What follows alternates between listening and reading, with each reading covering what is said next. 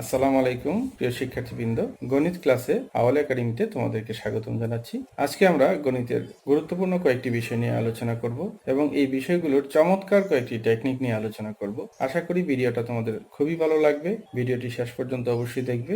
তো চলো আর কথা না বাড়িয়ে আমরা আমাদের মূল আলোচনায় চলে যাই। প্রিয় শিক্ষার্থীবৃন্দ, আমাদের আজকের আলোচনা ভগ্নাংশ কি।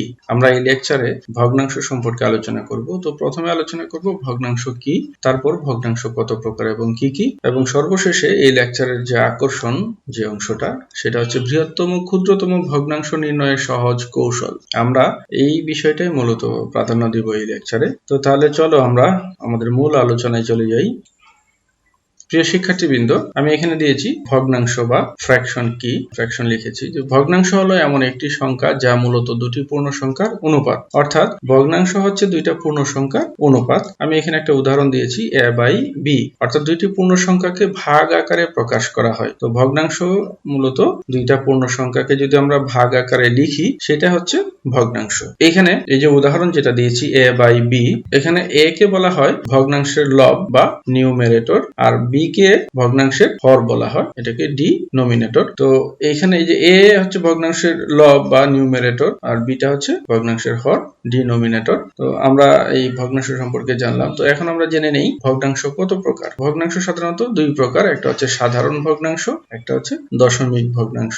আবার সাধারণ ভগ্নাংশটা তিন প্রকার হয়, একটা প্রকৃত ভগ্নাংশ, অন্যটা অপ্রকৃত ভগ্নাংশ, আর একটা হচ্ছে মিশ্র ভগ্নাংশ। তো আমি এখানে লিখে দিয়েছি ভগ্নাংশ সাধারণত দুই প্রকার, যথা সাধারণ ভগ্নাংশ। তো সাধারণ ভগ্নাংশ কোনগুলো, যেমন এখানে দিয়েছি 7/6, 5/8, এগুলো হচ্ছে সাধারণ ভগ্নাংশ। আর দশমিক ভগ্নাংশ হচ্ছে যে দশমিক আকারে যে সংখ্যাগুলো আমরা লিখি 0.34, 0.27, এগুলো হচ্ছে দশমিক ভগ্নাংশ। তো প্রকৃতি বা গঠন অনুসারে সাধারণ ভগ্নাংশ বা ভগ্নাংশ আবার তিন প্রকার। আমি এখানে আগেই লিখে দিয়েছি প্রকৃত ভগ্নাংশ, অপ্রকৃত ভগ্নাংশ, মিশ্র ভগ্নাংশ। তাহলে আমরা এখন জেনে নেই প্রকৃত ভগ্নাংশ কোনগুলো। প্রকৃত ভগ্নাংশ হলো যে ভগ্নাংশের লব ছোট হর বড়, সেই ভগ্নাংশকে প্রকৃত ভগ্নাংশ বলে। যেমন 7/6, 8/3, এখানে 7 হচ্ছে প্রথম ভগ্নাংশে, 7 হর 6 লব, তো এখানে লবটা হরের চেয়ে ছোট। একই রকম ভাবে 8/3 আছে, 3 লব 8 হর, সেক্ষেত্রে 8 এর মানটা বেশি হয়। এই যে এখানে দুইটি ভগ্নাংশ আমি দিয়েছি, দুইটাই প্রকৃত ভগ্নাংশ।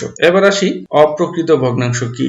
অপ্রকৃত ভগ্নাংশ হলো যে ভগ্নাংশের লব বড় হর ছোট, সেটাকে অপ্রকৃত ভগ্নাংশ বলে। আমি এখানে উদাহরণ দিয়েছি 7/9, 5/8। তো 7/9 মানে উপরে লবটা বড়, এখানে 5/8, 8 বড়, অর্থাৎ লব বড়, এই কারণে এই ভগ্নাংশগুলোকে অপ্রকৃত ভগ্নাংশ বলা হয়। এই বিষয়গুলো তোমরা অনেকেই জানো, তারপরে আমি এগুলো আলোচনা করেছি। এর মূল কারণ হচ্ছে এই বিষয়গুলো চাকরির পরীক্ষায় অনেক সময় আসে এবং সবসময় এইখান থেকে একটা প্রশ্ন আসে চাকরির পরীক্ষায় গণিত অংশে। তো এই কারণেই মূলত চাকরি প্রার্থী যারা চাকরি পরীক্ষা দিচ্ছ তাদের সহযোগিতার জন্য আমি এই লেকচারটা সাজিয়েছি। তারপরে আসো মিশ্র ভগ্নাংশ কি। মিশ্র ভগ্নাংশ হচ্ছে পূর্ণ সংখ্যার সাথে যদি প্রকৃত ভগ্নাংশ যুক্ত থাকে তাহলে সেই ভগ্নাংশকে আমরা মিশ্র ভগ্নাংশ বলবো। অর্থাৎ আমরা যেটা সমস্ত দিয়ে বলি, 2 সমস্ত 7/6, 3 সমস্ত 7/5। এখানে দেখো প্রথমটাতে 2 একটা পূর্ণ সংখ্যা, সাথে একটা প্রকৃত ভগ্নাংশ আছে, পরেরটাতে 3 একটা পূর্ণ সংখ্যা, 7/5 একটা প্রকৃত ভগ্নাংশ। তাহলে এই যে ভগ্নাংশগুলো, এগুলো হচ্ছে মিশ্র ভগ্নাংশ। তাহলে আমি আশা করি তোমরা ভগ্নাংশ এবং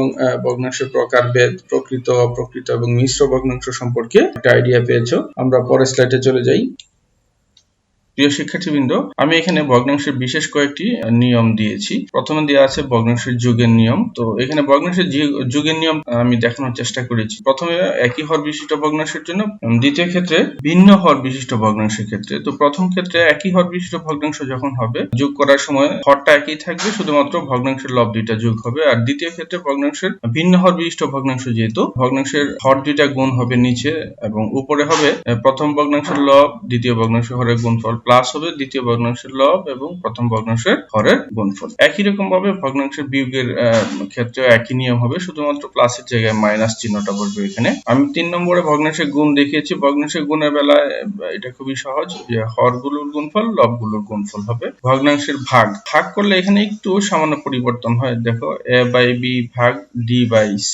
তো এটা ভাগটাকে আমরা যখন গুণ আকারে লিখবো তখন এটা উল্টে যায়, ভগ্নাংশটা গুণ আকারে যদি লিখি উল্টে যাবে, c/d হয়ে যাবে। তখন ওই গুণের মতো করে লিখলে ac/bd হবে। আর 5 নম্বরে আমি দিয়েছি একটা বিশেষ নিয়ম, যে ভগ্নাংশের লব যদি শূন্য হয় তাহলে এর মান শূন্য হবে। 6 নম্বরে যে নিয়মটি দিয়েছি, ভগ্নাংশকে 1 দ্বারা গুণ করলে গুণফল অপরিবর্তিত থাকবে। আমরা এই বিষয়টা জানি যে যে কোনো রাশিকে 1 দ্বারা গুণ করলে গুণফল অপরিবর্তিত থাকে। 7 নম্বরে একটি বিশেষ নিয়ম যে ভগ্নাংশ বা এর লবকে 0 দ্বারা গুণ করলে গুণফল 0 হবে, কিন্তু হরকে 0 দ্বারা গুণ করলে গুণফল অসীম হবে। এই বিষয়টা আমরা জানি যে যে কোনো ভগ্নাংশের হরকে যদি 0 দিয়ে গুণ করি বা হর যদি 0 হয় সেক্ষেত্রে ভগ্নাংশের মানটা অসীম হয়ে যায়। তো এই ছিল এই স্লাইড। আমরা পরের স্লাইডে চলে যাই।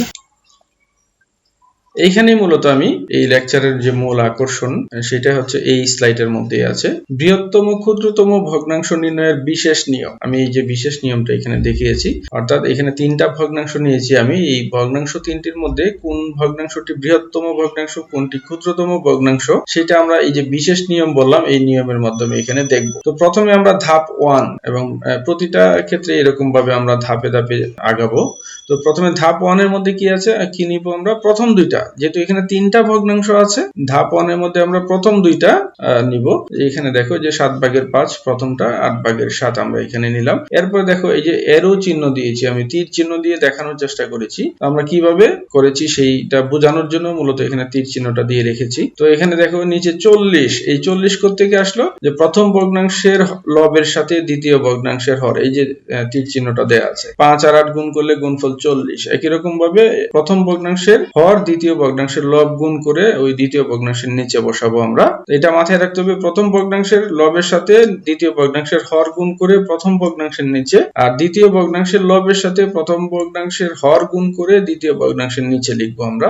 এখানে 5 8 গুণ করলে 40, 7 7 গুণ করলে 49। তো এখানে দেখা যায় স্বাভাবিকভাবে যে 49টা বড়, আমি এখানে লিখে দিয়েছি 49 ইজ গ্রেটার দেন 40, অর্থাৎ 49 গ্রেটার দেন 40 এখানে লিখে দিয়েছি। যেহেতু 49টা বড় সেহেতু আমরা এটা শর্টকাট নিয়ম বা বিশেষ নিয়ম হচ্ছে যে 8/7, অর্থাৎ যেটা যে ভগ্নাংশের নিচে এই মানটা দেয়া আছে এই ভগ্নাংশটা বড় ভগ্নাংশ হবে, অর্থাৎ এই ভগ্নাংশের মানটা বড়। 49 যেহেতু 8/7 এর নিচে আছে, তাহলে 8/7টা কার থেকে বড় হবে, প্রথম ভগ্নাংশ বা 7/5 এর থেকে বড় হবে। এবার আসো দ্বিতীয় ধাপে। তো আমরা যেহেতু 8/7 বড় পেলাম, যেটা বড় সেটা দিয়ে আমরা ট্রাই করব আবার। তো 8/7 এর সাথে প্রথমে তো আমরা প্রথম ভগ্নাংশটা নিয়েছি, এখন আমরা 8/7 এর সাথে তৃতীয় ভগ্নাংশটা নিব, মানে অপর যে ভগ্নাংশটা আছে সেটা মিলিয়ে দেখ। তো এই দুইটার মধ্যে একই নিয়মে আমরা যে প্রথম ভগ্নাংশের লবের সাথে দ্বিতীয় ভগ্নাংশের হর গুণ করলে যে 4 সাথে 28 আর 8 আর 3 3 8 24 হয়। তো এখানে আমরা দেখতে পাচ্ছি যে 28টা বড়, 28 বড় হয়। তো 28 যেহেতু 24 এর চেয়ে বড়, তার মানে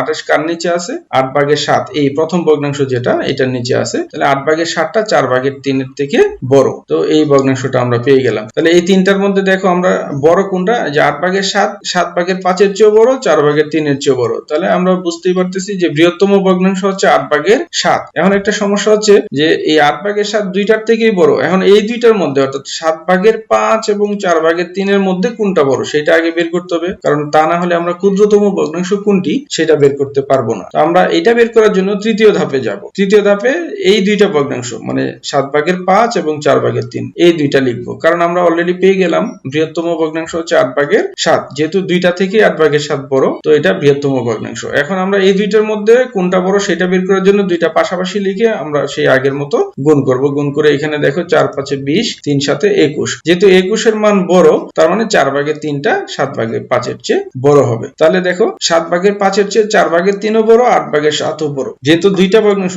8/7 এবং 4/3 দুইটা ভগ্নাংশই 7/5 এর চেয়ে বড়, সেহেতু আমরা বলতে পারি 7/5 হচ্ছে ক্ষুদ্রতম ভগ্নাংশ।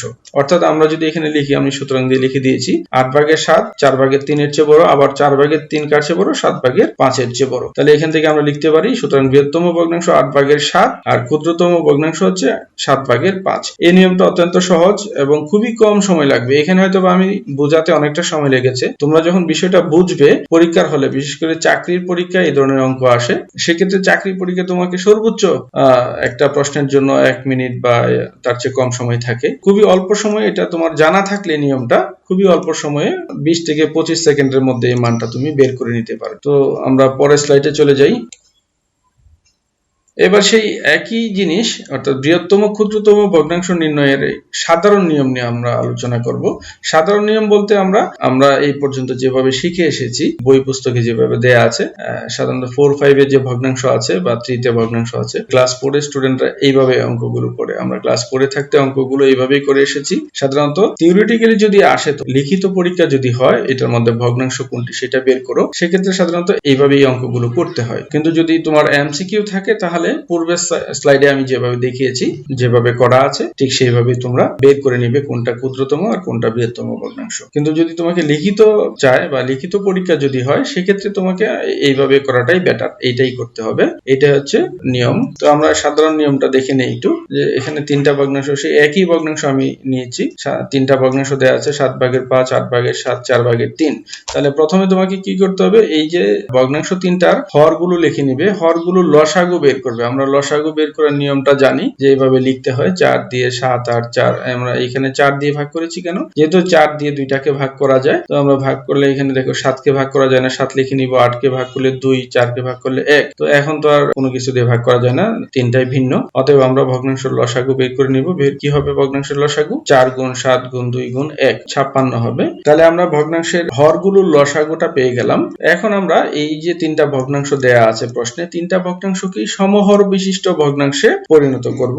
সমহর বিশিষ্ট ভগ্নাংশ বলতে প্রত্যেকটা ভগ্নাংশের হর একই হবে। তাহলে আমরা এখানে একটু দেখে নেই। প্রথম ভগ্নাংশ আছে 7/5, এটাকে আমরা সমহর বলতে, এখানে যেহেতু লসাগু 56 পেয়েছি, 56, তার মানে প্রত্যেকটা ভগ্নাংশ, এখানে যে 3টা ভগ্নাংশ দেয়া আছে, 3টা ভগ্নাংশকে আমরা এমন ভাবে প্রকাশ করব যেন প্রত্যেক ক্ষেত্রেই, অর্থাৎ প্রতিটা ভগ্নাংশের হরের মানটা 56 হয় বা 56 হয়। তো আমরা এখানে একটু দেখে নেই। 7/5 এখানে আমরা কত দিয়ে গুণ করব?